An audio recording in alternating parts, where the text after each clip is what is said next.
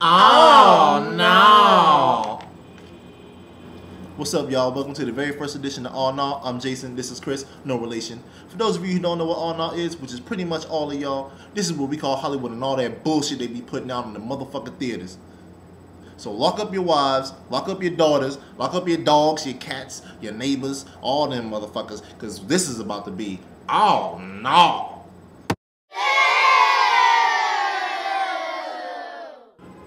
Hey guys, so for our first segment of All Naw, we're going to be doing a little thing called Douchebag of the Week. This week's douchebag is none other than Joss Whedon. Fuck Buffy! I would fuck her. But on to Joss Whedon. Why is Joss Whedon my douchebag of the week? Well, as you know, a couple weeks ago they had the San Diego Comic-Con, in which Joss Whedon was announced as the director of The Avengers. The Avengers is the movie that combines all the Marvel superhero movies like the Hulk, Thor, Iron Man, and Captain America as one big team. There's also another member of that team that's supposed to be in the movie. His name is Ant-Man, and Joss Whedon said he was going to be played by Nathan Fillion. Castle is the shit! It is. So, he says that Nathan Fillion is going to be the Ant-Man. Except for then he said he wasn't. He said his quote, Nathan Fillion is the Ant-Man, but Ant-Man's not in the movie. What? How is Ant-Man, one of the most important people in the Avengers, as Hank Pym, not in the Avengers movie, but Black Widow, played by Scarlett Johansson, is? Why? And why would you tell people that Nathan Fillion is going to be in the movie and then 2 seconds later say like, oh wait, no, I'm joking, he's not in the movie? What? Joss Whedon, you're a douchebag. Alright, y'all, I'm back. And it's time for the what the fuck moment of the week. Today's what the fuck moment comes to us from a dark, grim, horrible, pitiful, why the fuck does this still exist place called the CW. If you've seen anything on the CW, you know it's horrible. If you've seen Gossip Girl on the CW, you know this is some bullshit. So let's just take a little flight, about a 5 million hour flight, to China. In China, I know some of y'all read about this. In China, they are going to do something that I've never thought would be done. These motherfuckers remaking Gossip Girl. What the fuck they gonna gossip about? Please, tell me this. I don't understand. Nobody understand. Tom Welling don't understand. Blake Lively don't understand. Little Monster, Leighton Meister, whatever the bitch name is, she don't understand. Lady Gaga don't understand. And nobody understands Lady Gaga. Please, someone just explain to me. Put it in the little comments. Send an email. What the fuck? Hey guys, so this is going to be the main feature of All Naw. Me and Jason are going to review something going on in Hollywood, like a movie, a TV show, something in depth. So for our first episode, we decided to tackle the 2009 blockbuster G.I. Joe, Rise of the Cobra. For everyone who doesn't know what G.I. Joe is, it actually started as an action figure line. They were much bigger than this, like 12 inches, but then they shrunk them down to size. They then turned G.I. Joe into a comic book. They also turned it into a 1980s cartoon. So, all of us fans were pretty excited when we heard that there was going to be a live action movie. Except that the script in the movie didn't resemble anything from this, or this. And Jason's gonna tell you why. This was some bullshit. If anybody has seen G.I. Joe Rise of the Cobra, then you know what the hell I'm talking about. We just gonna get started. We're gonna get right into this. Baroness. First of all, the character that we all know and love is just an evil bitch. That's just plain and simple. Now, what they did to her in the movie was horrible. They made her into like a semi-good guy. She's dating Duke.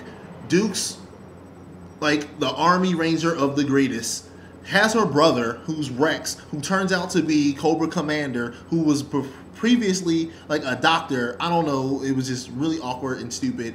And so the whole reason she's evil is because Duke didn't come back and say goodbye at the funeral. It was just stupid. It made no sense. It's stupid. And this turns good at the end. It's stupid. Spoiler alert. But anyway, moving on. We're going to talk about the next thing is Scarlet and Ripcord. There should be no Scarlet and Ripcord. Scarlet should be with Snake Eyes or Duke. That's just the way it's supposed to be. But for some strange reason, they decided that they want to get a little interracialness going on, and they just wanted to make sure that, you know, Scarlet and Ripcord were together. It's stupid. Now, Snake Eyes was probably the only good epic thing in this movie. Then we're going to cut to Storm Shadow. Storm Shadow is not the Storm Shadow that we all know. First of all, this Storm Shadow is walking around in white suits with swords coming on his back, looking like the Angel of Greatness or the Angel of Death. I'm not sure which one. He's very protective of Baroness for some reason, but in the actual comic books and in the actual show, he's the bodyguard of Cobra Commander, who is Baroness's brother in this movie. I mean, yeah, Baroness's brother, yeah. Anyway, moving on. It's just that part, it just keeps messing me up. Anyway, so Snake Eyes and Storm Shadow, the actual history is Snake Eyes was hurt. They used to be friends. They used to do all this crazy stuff. They were Army Rangers together or whatever. He got hurt. He took him to the Ninja Clan. They were all together, and then bad things happened because Storm Shadow got jealous. You know the drill. In this movie, they were kids together. They were kids. And Snake Eyes, he came into the place and he started trying to eat all the food, and then little Storm Shadow were fighting. They were beating him up, and then Hardmaster came in and was like, "No, we must train this boy," just like Obi-Wan or something. And it just all became this big mess. And then I guess Storm Shadow got jealous or something. The Hardmaster got killed, and then Snake Eyes took a vow of silence, which is kind of stupid because I actually like the fact that his vocal cords are messed up and he can't talk instead of him just wanting to not talk. It just really makes no sense, so he took a vow of silence. Anyway, moving on to the next thing. This is the very important part. This movie is full of cameos and little things that make no sense. They say knowing is half the battle. That's supposed to be fun. They got all this other bullshit. It makes no sense. Brendan Fraser's in the movie for no reason. He says, "Yo, Joe," for no reason. He says, "I guess there are Joes now." Apparently, he begged to be in the movie, which is crazy because I don't know why you would beg to be in a G.I. Joe movie that was going to be horrible. Anyway, CoverGirl's in the movie. A lot of you probably don't remember that CoverGirl was actually in the movie. CoverGirl was in the movie. She was the secretary of General Hawk. Yes, the chick that got stabbed through the chest by Zartan. Speaking of Zartan, what the fuck is up with the whistling? Why is he whistling? There's nothing to whistle about. If you delve into the comics and you just know a little bit about Zartan, you know that he also trained in the same clan that Snake Eyes and Storm Shadow trained in. And the first rule of ninjaing, the very first rule of being a ninja, is no whistling. There's no whistling in ninjaing. There's no whistling. You can't whistle and be a ninja. It just doesn't work like that. Okay, so he took 18 months to, I learned my target, and he wants to, be the master of disguise, and then this time he's been nanomachined into, to look like the president and all this. And then the big dun-dun at the end of the movie is him whistling. Ninjas don't whistle, and neither does Zartan. I think that's it. I think there's just so much wrong with this movie that I can't even go into all of it.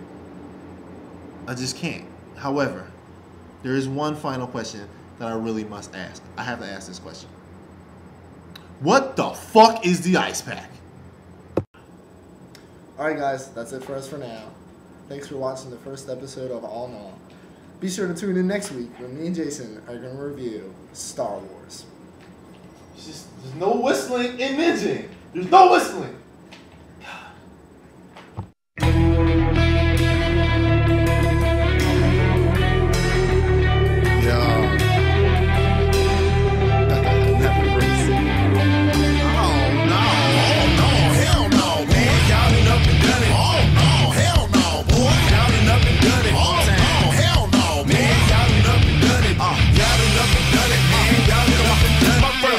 Like 48 bars with no hook. You hear me flipping through my pages out my favorite notebook. The microphone was in the closet. No headphones, we lost it. Niggas scared to get some water. Roaches hanging over the faucet. No AC. tears will break the sweat just trying to make beats. He was been a hustler, flirting with all his customers and flat bros. Nappy smoking blacks out on the back road. I'm thinking I got everything the country boy can ask for. Now what we do to get here? Negro with a keyboard.